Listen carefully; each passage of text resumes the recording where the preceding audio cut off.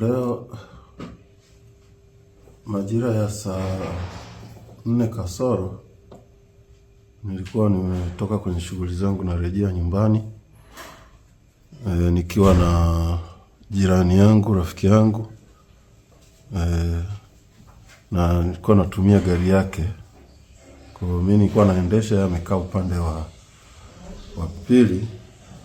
Wakati tumekaribia kabisa nyumbani kwangu, ploti moja kabla ya nyumbani kwangu, gari imekuja ikanipita upande wa kulia, ikani overtake haraka.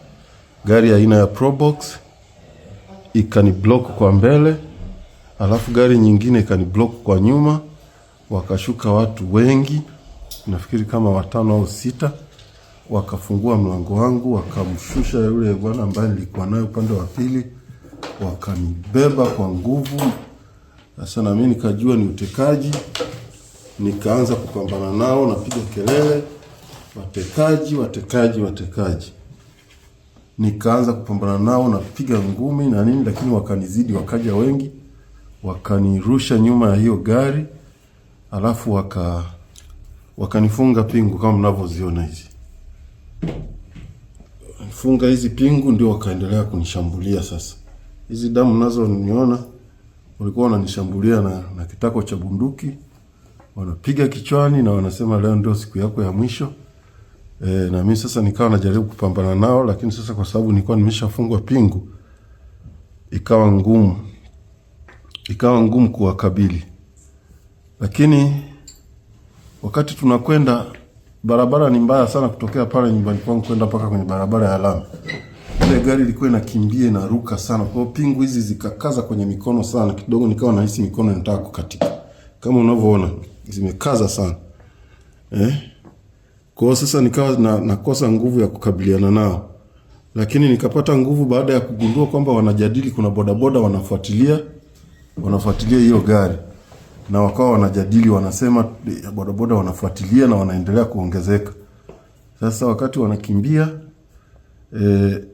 na mimi sasa nikawa najaribu kutumia hiyo fursa ya attention walioihamisha kuelekea kwa bodaboda. Walikuwa wameniweka kwenye buti ya ile gari ya Probox. Nimejaribu kushika lock ya kwanza, ya pili, zote zikawa haziwezi kufunguka na nimefungwa pingu. Kwa hiyo hata alikuwa amenikanyaga pia. Kwa hiyo nikahangaika. Sasa walivyoona bodaboda wanafuatilia sana, wakawa wanaelekezana, twende kituo cha polisi Mbweni. Yule mwingine akasema hapana, bosi amesema hii issue sio ya kupeleka polisi, huyo hataki kufikishwa polisi. Mtakiwa tumfikishe kwa bosi amalizwe leo hii. Hataki kwenda polisi. Kwa hiyo, lakini sasa kwa sababu ya kukimbia hao bodaboda wakajikuta wamefika ule msitu wa pale Mbweni, ule wa usalama ule. Sasa mimi nilikuwa sijui, lakini nikahisi walipofika pale wakaona wana fursa sasa ya kukabiliana na wale wa bodaboda.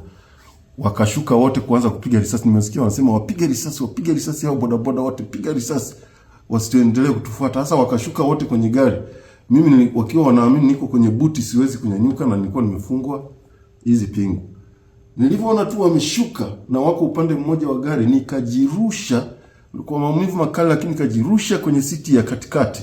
Nilivyojirusha kwenye siti ya katikati, haraka nikapeleka mikono yangu kwenye loku, nikaitoa, nikashukia upande wa pili. Upande huo kuna msitu, nikaingia msituni.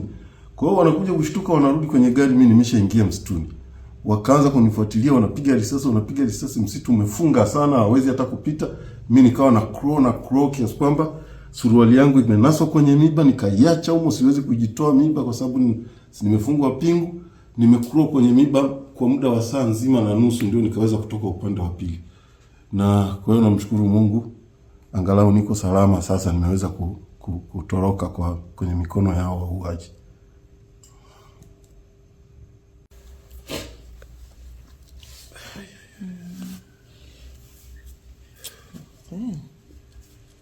Suruali imebaki kwenye miba pale.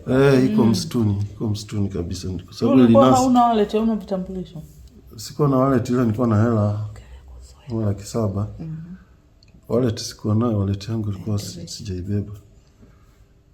Hizo hela wamenyang'anya kabisa. Wakati naona amenikanyaga, wameshanifunga pingu, ananipiga na kitako cha bastola kichwani.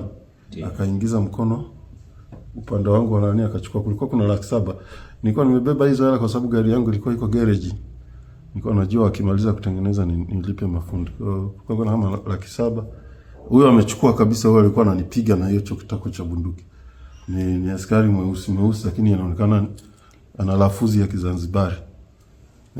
Na ndio anaonekana alikuwa kiongozi wa huo msafara, kwa sababu wakati wenzake wanasema bodaboda wanatufuatilia, inabidi tukimbilie Oysterbay polisi Mbweni. Yeye akawaambia bosi amesema huyu hataki kufikishwa polisi, tunatakiwa tutoroke tuwakimbie hao bodaboda. Huyo anatakiwa afikishwe kwa bosi wakamalizana na